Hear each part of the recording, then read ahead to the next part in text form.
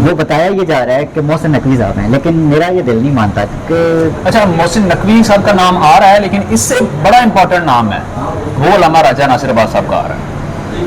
اچھا یہ بڑی جو ہے ایک سوچنے والی بات ہے کہ علامہ راجہ ناصر عباس صاحب کو درمیان میں ڈالا گیا ہے کہ جی آپ آ کے اس کی تصدیق تو اب علامہ صاحب خود کر سکتے خود ہیں. کر سکتے ہیں، تصدیق تردید یا یا جو بھی ہے وہ علامہ کیا صاحب خود کر معاملہ سکتے ہیں، ہے. لیکن ہمیں بتایا مطلب باخبر ذرائع بتا رہے اگر تو علامہ صاحب بیچ میں پڑے ہیں، اس کا مطلب یہ ہے کہ معاملات بہت سنجیدہ حد بہت تک جو ہے سنجیدہ. پڑے ہیں آگے.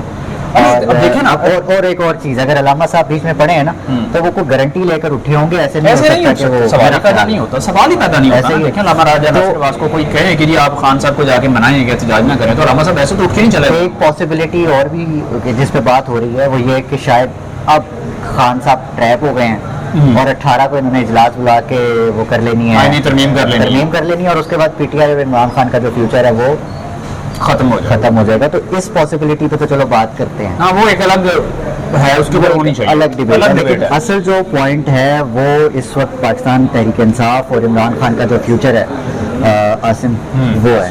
آپ اس کو کیسے دیکھتے ہیں؟ یہ دیکھیں پاکستان تحریک انصاف کا جو اس ٹائم فیوچر ہے وہ یہ ہے کہ یا تو عمران خان صاحب اس ٹائم ٹریپ ہو چکے ہوں گے، آئینی ترمیم کر لینی ہے، پی ٹی ختم شد ہو جائے گی، جو عموماً لفظ بولا جاتا ہے یار یہ تو غریدہ فاروقی کہہ رہی ختم ہے. شد ہو جائے گی، وہی نا وہی اگر ہو جاتا ہے تو پھر ختم شد ہو جائے گی. یہ میں آپ کو تو آپ کو لگتا ہے کہ عمران خان نے اتنی ہلکی ڈیل کی ہوگی یا اتنی ہلکی بات کی ہوگی کہ جی وہ ٹھیک ہے جی وہ سعودی سفیر آ گئے، تو آپ چلے جائیں، ایسا نہیں ہے، وہ خان سٹینڈ لینے والا آدمی ہے بھائی. یہ بات بہت سنجیدہ حد تک بڑھی ہے آگے. عمران خان نے اس بار جو پروٹیسٹ ہے وہ کال آف نہیں کرنا تھا، کسی صورت نہیں کرنا تھا. اگر تو وہ ایس ای او پر بھی آ کر کمپرومائز نہیں کر رہے تو اس کا مطلب یہ ہے کہ عمران خان از انسٹاپیبل.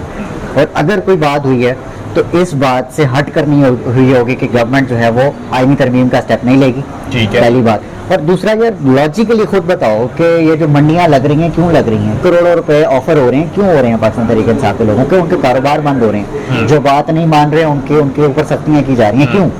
صرف اس وجہ سے کہ بھائی وہ مان نہیں رہے، ان کا نمبر پورا نہیں ہے، اور مولانا جو ہے وہ اس سب کی چاس لے رہے ہیں. ہاں بالکل ٹھیک ہے. مولانا کو پتہ ہے کہ میرے بغیر یہ ترمیم نہیں کر سکتے. اور میرا خیال ہے اطلاع بھی یہی ہے، اسلام آباد میں چونکہ یہی گوسپ چل رہی ہے، نو ترمیم گونا ہیپن اینی سون، اینی ٹائم سون. ترمیم نہیں ہونے جا رہی، اور نہ ایف سی بنے گی. یہ کیا منڈیاں کیوں لگ رہی ہیں؟ یہ سب ایفرٹس ہو رہی ہیں، یہ سب وہ ایفرٹس ہیں جو کہ پچھلے 2-2.5 سال سے ہو رہی ہیں سر. یہ جو آپ مجھے گنوا رہے تھے نا جی او آئی سی بڑی امپورٹنٹ ہے اور لوگ گیدر ہوئے ہیں، اور یار آپ کی جمہوریت کا تماشا پچھلے 2-2.5-3 سال سے لگا ہوا ہے اس ملک میں. کیا وہ عالمی منظرنامے میں امپورٹنٹ نہیں ہے؟ بالکل امپورٹنٹ ہے. جو عمران خان صاحب اور ان کی پارٹی کے ساتھ جو کچھ ہوا اس ملک میں، وہ کیا 70-75 سال کی تاریخ میں پہلے کبھی ہوا؟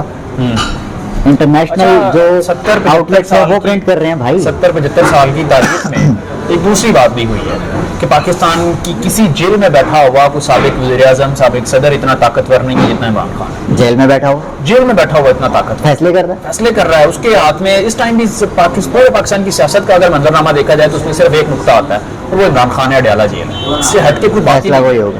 اس ٹائم آپ کے تمام ٹی وی چینلز، تمام اخبارات، تمام میڈیا ٹاک، تمام جگہ پر صرف ایک آدمی ڈسکس ہو رہا ہے، وہ اڈیالہ جیل میں بیٹھا ہوا ہے. اتنا طاقتور اور بااثر آدمی ہے کہ پاکستان کی 25 کروڑ عوام صرف اس کی طرف دیکھ رہے ہیں. تو جب بیچارہ نواز شریف آج دیکھا تھا تو ملے وہ کی ہے. چلو اس کو کیونکہ پاکستانی ساتھیوں تو مل نہیں پا رہے، وہ فارم 47 کا پوچھیں گے کہ جی آپ ڈاکٹر یاسمین راشد کسی گنتی سے نہیں. یہ اب آپ جو ہے وہ غلط کر رہے ہیں کہ عمران خان کا نواز شریف وہ تو بتا دینا ہاتھ ووٹ کاؤنٹ کیا ہے، ریئل ووٹ کاؤنٹ کیا ہے 45 کے حساب سے. وہ تو ڈاکٹر یاسمین راشد obviously نواز شریف صاحب کا اب آئے نا، چلیں ادھر مانسیرے لے جائیں، وہاں سے بھی آ رہے ہوں میں، ان کی دختر لاہور سے، وہ مہر شرافت صاحب سے آ رہی ہوئی ہیں. کیا جو ہے وہ اب اس میں ڈیبیٹ کیا کریں، کیا کہہ سکتے ہیں؟ یہ تو الیکشن اگلا جو فوکس ہونے جا رہا ہے، اطلاعات یہ بتا رہی ہیں کہ وہ زمان پارک ہونے جا رہا ہے. کیا صورتحال بنتی ہے پاکستان کی جو سیاست ہے اس کی لیٹسٹ اپڈیٹس اور ترجیحوں کے ساتھ اگلی ویڈیو میں حاضر ہوتے ہیں. تب تک اپنا اپنے آس پاس سب کا، اپنے پاکستان کا بہت خیال رکھیے گا. اللہ نگہبان. پاکستان زندہ باد.